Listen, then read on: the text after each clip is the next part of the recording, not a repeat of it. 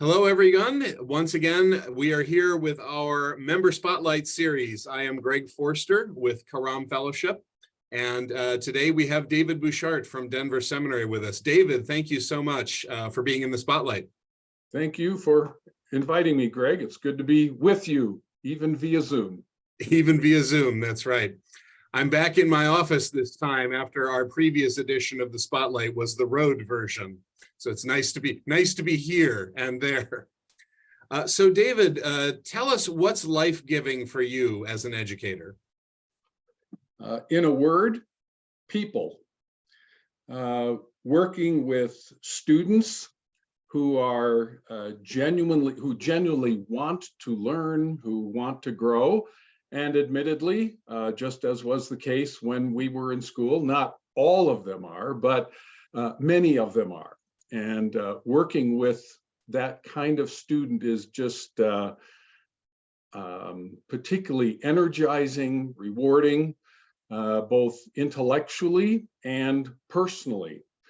And of course, we don't go into this kind of work primarily for our own benefit, but the truth is there's great reward, great enrichment that comes from working with students who are eager to learn, eager to grow, and as well is colleagues, working together with faculty colleagues, relationships with colleagues.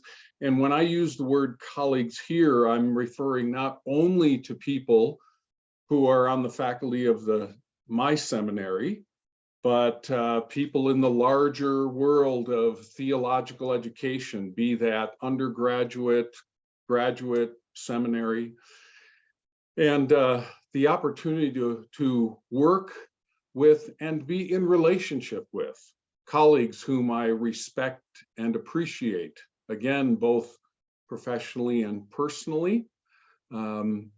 And just a word perhaps for people who may be listening in who are not academics, who are not in the academy, perhaps contrary to some stereotypes or generalizations, there are a lot of just good people in the academy. I consider it a great gift to have been doing this for a few years now, and have accumulated, if you will, quite a few relationships with just very fine people.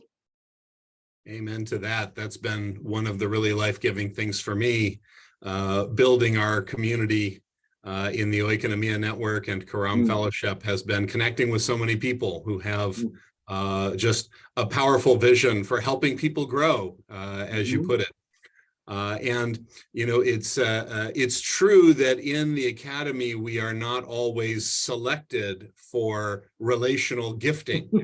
That's not where the professional incentives necessarily are aligned, and yet the relationships are at the heart of what we do, even if we're not necessarily selected for that gifting. Yeah, indeed. If you experience the society meetings, it'd be interesting to have everybody report on how many hours they spend sitting in sessions, listening to papers, and how many hours they spend having coffee or a meal or a hallway conversation with someone. That's often the real reason we go, isn't it? To the conferences. Well, let me ask you my next question. Okay. Tell us about an experience of collaboration, either one that you've had recently that was fruitful, or one that you're looking forward to. Well, yeah, I'm happy to do that. And let me just say that, so I'll talk about some research and writing collaboration. There are other forms of collaboration in the academy, but research and writing, and as a preface to that, just to say that I think, at least it's my impression, that collaboration in scholarly work, in theological studies in particular, has been a more recently developing kind of practice.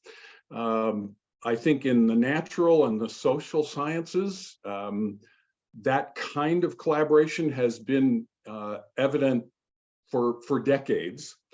And it was probably really, my understanding would be really feminist scholarship in the 1960s and 70s in the arena of theological studies that really began to kind of, if you will, practice collaboration.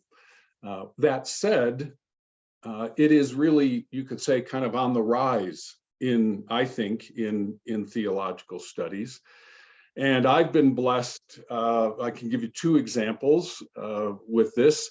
And you'll notice I'm going to use the word, when I refer to my colleagues, I'm going to refer to them as younger, not junior. Because the fact is, the two collaborations that I've been blessed with have involved people who are younger than me, but by no means my junior.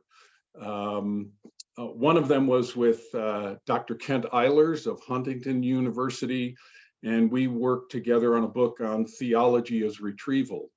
And there's just that, I had the kind of the seed thought for the book, but there is absolutely no question that the book is far better than it would have been.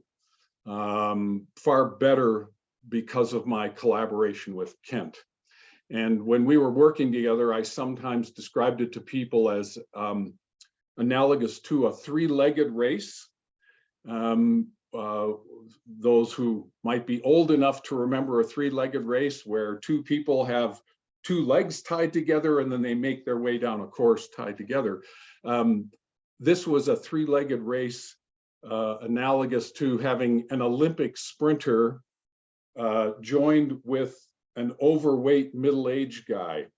And I'll leave it to you and the listeners to figure out who was the Olympic sprinter and who was the overweight middle-aged guy. But that was a very rewarding project together. And then currently, I'm currently collaborating with a new colleague here at Denver, Dr. Ryan Tafilowski, and we're doing working on a book in the theology of work, and in particular looking at the theology of work specifically through the lenses of finitude and fallenness.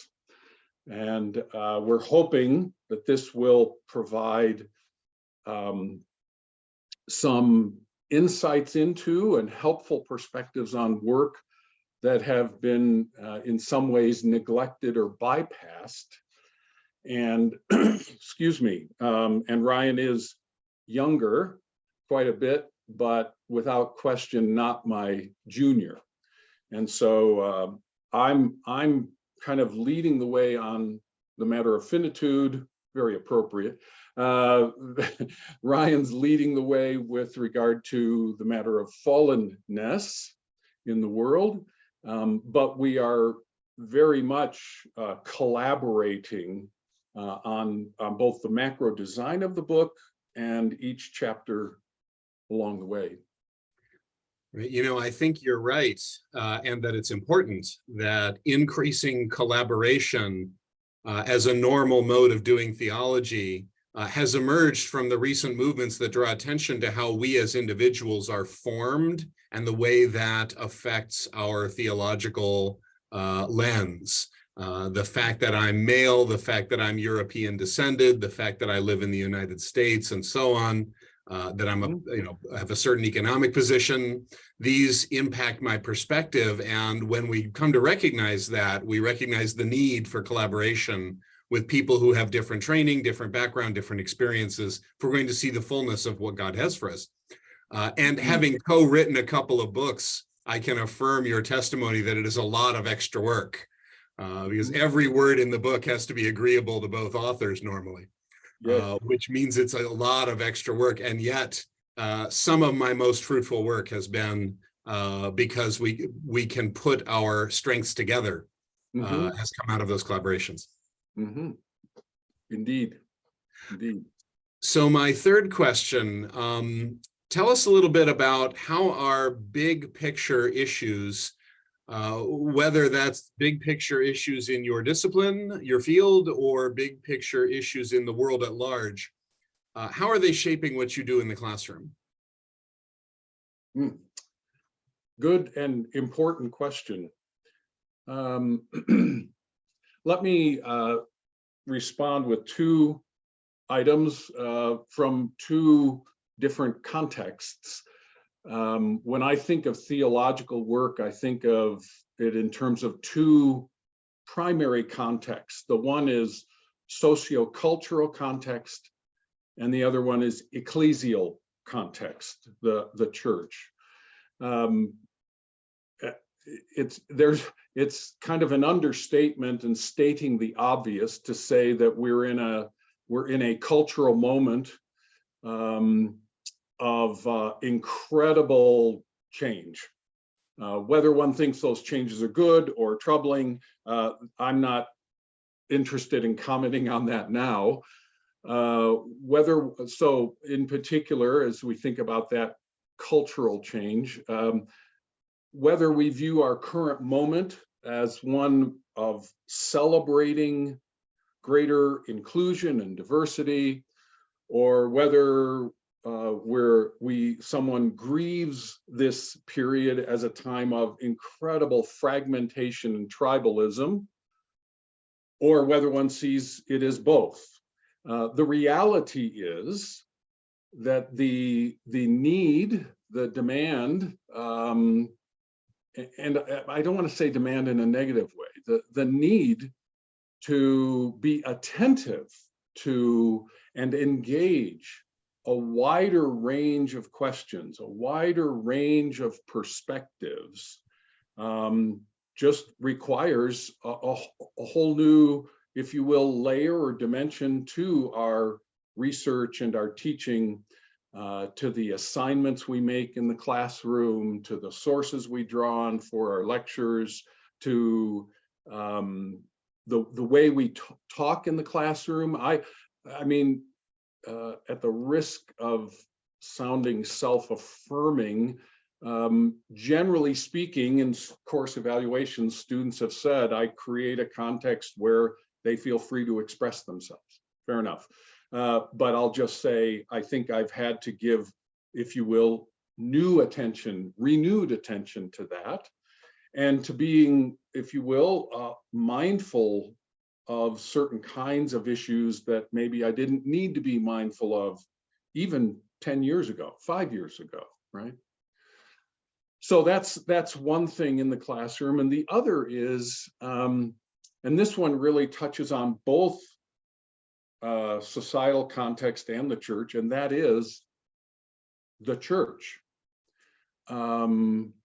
Both the churches, evangelicals historically are not known for what we would call a high ecclesiology. And by high here, I don't mean formal liturgy. I just mean, to perhaps paraphrase David Wells, the church often sits very lightly on evangelicalism and evangelical theology. And so in recent years, I have done a variety of things to encourage, well, to affirm the church to students, both by my own life and work and my kind of, if you will, affirmations in the classroom. And then we now have even the more recent phenomenon of whether it's called deconstruction, or whether it is ex-evangelicals, or whether it's just the larger cultural climate of kind of anti-institutionalism in a whole variety of ways. I think reaffirming, encouraging the church is very important. And that predates all of this, because theology well done is a churchly endeavor. That doesn't mean it's cut off from the world, but it means that the home of theology, the base, the source of theology needs to be deeply embedded and grounded in the church. And so that is just a theme, and also I can say kind of informs the practice of numbers of things I do in the classroom and have students do in assignments. Yes, doing theology for the church is central to doing it well. One of my most eye-opening moments working in this community was Chris Armstrong's talk that he gave for our Economic Wisdom Project series, the short talks we have that people can use in the classroom. He gave two talks, but one of the talks was about how if we tear down the secular sacred divide in the wrong way, we end up not encouraging people to see their callings in the world as a sacred calling from God, but instead secularizing the church. A robust appreciation for the corporate church, the church that worships as a body on Sunday morning and also at other times, but the church that is visibly the church and not anything else, is a place where we encounter God in a way that we can't encounter God quite the same way when we're out in the world with those vocations that are so important and that bring life to the world. We need to worship God as a community, as a body, and have that kind of coming into the special presence as a thing that grounds our identity. That was really eye-opening for me. And in the Lord's providence, at about that time, I was asked to contribute a chapter to an anthology on faith and work, and I was asked to write the ecclesiological chapter. So I wrote a whole chapter on, how the faith and work movement is not reducing our respect for the church. It's actually, if it's done the right way, it's exactly what it's one of the things the church needs in this moment. To recover a sense of its place and its identity. Indeed. Thank you for highlighting that. Well, David, thank you so much for being with us. Very grateful for your ongoing work at Denver Seminary. Thank you very much. It's a privilege to be there, and it's a privilege to be involved with the Karam Forum and the Faith and Flourishing Journal and related endeavors. So thank you for your good work in leading those endeavors. Appreciate it. And I'll see you at the next Faith and Flourishing editorial board meeting. You will. Look forward to it.